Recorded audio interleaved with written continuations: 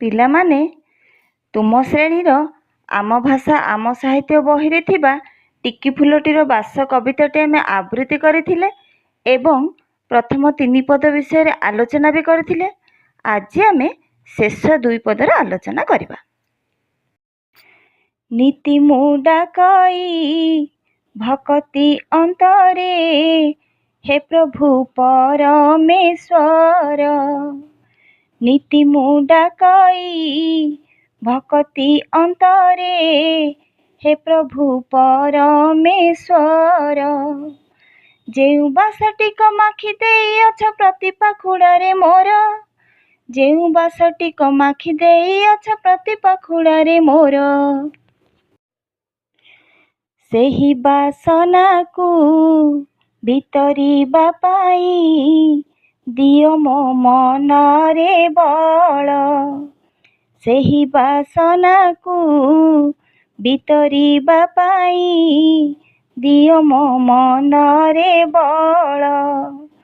ତୋଷୀ ଜନ ମନ ହୋଇବି ମୁଁ ଧନ୍ୟ ଜିଇଥିବି ଯେତେ କାଳ, ତୋଷୀ ଜନ ମନ ହୋଇବି ମୁଁ ଧନ୍ୟ ଜିଇଥିବି ଯେତେ କାଳ। ଜଗତକର୍ତ୍ତା ପରମେଶ୍ୱର ଫୁଲଟି ଦେହରେ ଯେଉଁ ସୁଗନ୍ଧ ଭରି ଦେଇଛନ୍ତି, ସେହି ସୁଗନ୍ଧକୁ ଜଗତରେ ସମସ୍ତଙ୍କ ନିକଟରେ ବାଣ୍ଟି ଦେବାକୁ, ମନରେ ବଳ ଦେବା ପାଇଁ ଫୁଲଟି ପ୍ରାର୍ଥନା କରିଛି। ସେ ଈଶ୍ୱରଙ୍କୁ ପ୍ରାର୍ଥନା କରି କହିଛି ଯେ ସେ ଯେତେ କାଳ ବଞ୍ଚିଥିବ ସେତେ କାଳ ଲୋକମାନଙ୍କୁ ଏହି ବାସନାକୁ ବିତରଣ କରି ସନ୍ତୋଷ ପ୍ରଦାନ କରିବ। ଏହି କଥା ଏଠାରେ ବର୍ଣ୍ଣନା କରାଯାଇଛି। ଆଚ୍ଛା ପିଲାମାନେ, କହିଲ ଫୁଲଠାରୁ ଆମେ କ'ଣ ଶିଖିବା ଉଚିତ? ଫୁଲଟି ଏତେ ଛୋଟ ହେଇଥିଲେ ବି ତାର ଭାବନା, ତାର ଚିନ୍ତାଧାରା ଅତି ଉତ୍ତମ। ସେ କହିଲା, ଯାହା ବି ନିଜ ପାଖରେ ଭଲ ଗୁଣ ଅଛି, ଯାହା ପାଖରେ ଯାହା ବି କାର୍ଯ୍ୟ କରିବାର ଦକ୍ଷତା ଅଛି, ସେଇ କାର୍ଯ୍ୟକୁ ଆମେ ଅନ୍ୟର ଉପକାରରେ ଲଗେଇବା, ଅନ୍ୟମାନଙ୍କୁ ଖୁସି କରିବାରେ ଆମେ ସାହାଯ୍ୟ କରିବା, କାହାରି ମନରେ ଦୁଃଖ ଦେବା ନାହିଁ, ସମସ୍ତଙ୍କୁ ନିଜର ବ୍ୟବହାର ଓ କର୍ମ ଦ୍ୱାରା ସନ୍ତୁଷ୍ଟ କରିକି ରଖିବା। ଆଚ୍ଛା କହିଲ, ଭକତି ଅନ୍ତରେ କିଏ ପରମେଶ୍ୱରଙ୍କୁ ଡାକୁଥିଲା? ଫୁଲଟିଏ ଭକ୍ତିର ସହିତ ପରମେଶ୍ୱରଙ୍କୁ ଡାକୁଥିଲା। ଫୁଲ କ'ଣ ବିତରିବା ପାଇଁ ଚାହୁଁଛି? ଫୁଲ ତାର ବାସନା ବିତରଣ କରିବା ପାଇଁ ଚାହୁଁଛି। ଛୋଟ ଫୁଲର ପାଖୁଡ଼ାରେ କିଏ ବାସ୍ନାକୁ ମାଖି ଦେଇଛନ୍ତି? ଛୋଟ ଫୁଲର ପାଖୁଡ଼ାରେ ପରମେଶ୍ୱର ବାସ୍ନାକୁ ମାଖି ଦେଇଛନ୍ତି। ନିଜର ସୁବାସକୁ ବିତରଣ କରିବାକୁ ଫୁଲଟି ଭଗବାନଙ୍କୁ କ'ଣ ମାଗିଛି? ନିଜର ସୁବାସକୁ ବିତରଣ କରିବାକୁ ଫୁଲଟି ଭଗବାନଙ୍କୁ ମନର ବଳ ମାଗିଛି।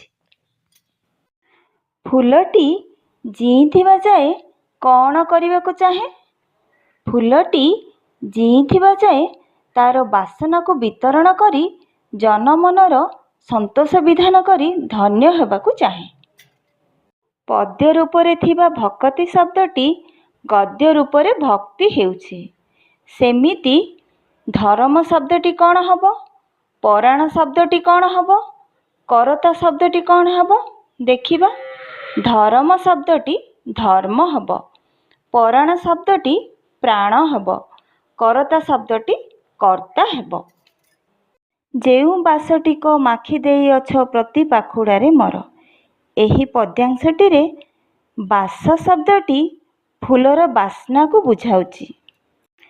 ବାଘ ଜଙ୍ଗଲରେ ବାସ କରେ। ଏଇଠି ବାସ ଶବ୍ଦର ଅର୍ଥ କ'ଣ ଆମେ ବୁଝୁଛେ? ରହିବା ସ୍ଥାନ। ବିନା କାରଣରେ କଳି କରିବା ସୀତାର ଏକ ମନ୍ଦ ଅଭ୍ୟାସ। ଏହି ବାକ୍ୟଟିରେ କଳି ମାନେ କ'ଣ ବୁଝିବା?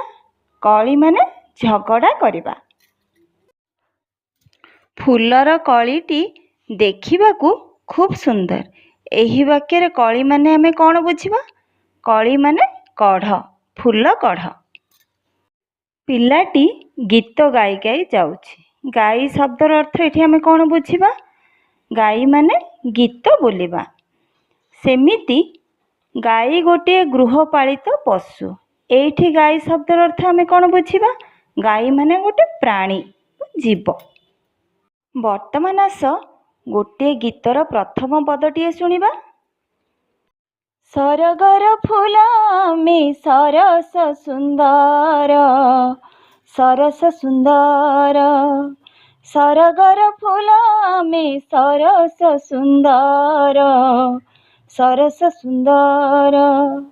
ଶିଶୁ ମନ ଚିରଦିନ ଦେବତାର ଘର, ସେ ଦେବତାର ଘର। ସରଗର ଫୁଲ ଆମେ ସରସ ସୁନ୍ଦର। ତୁମେମାନେ ଏଇଭଳିଆ ଗୀତ ସଂଗ୍ରହ କରିବ, ଶୁଣିବ ଓ ବୋଲିବ। ଟିକି ଫୁଲଟିର ବାସ କବିତାଟି ଆମେ ଆବୃତ୍ତି କଲେ, ଆଲୋଚନା ମଧ୍ୟ କଲେ।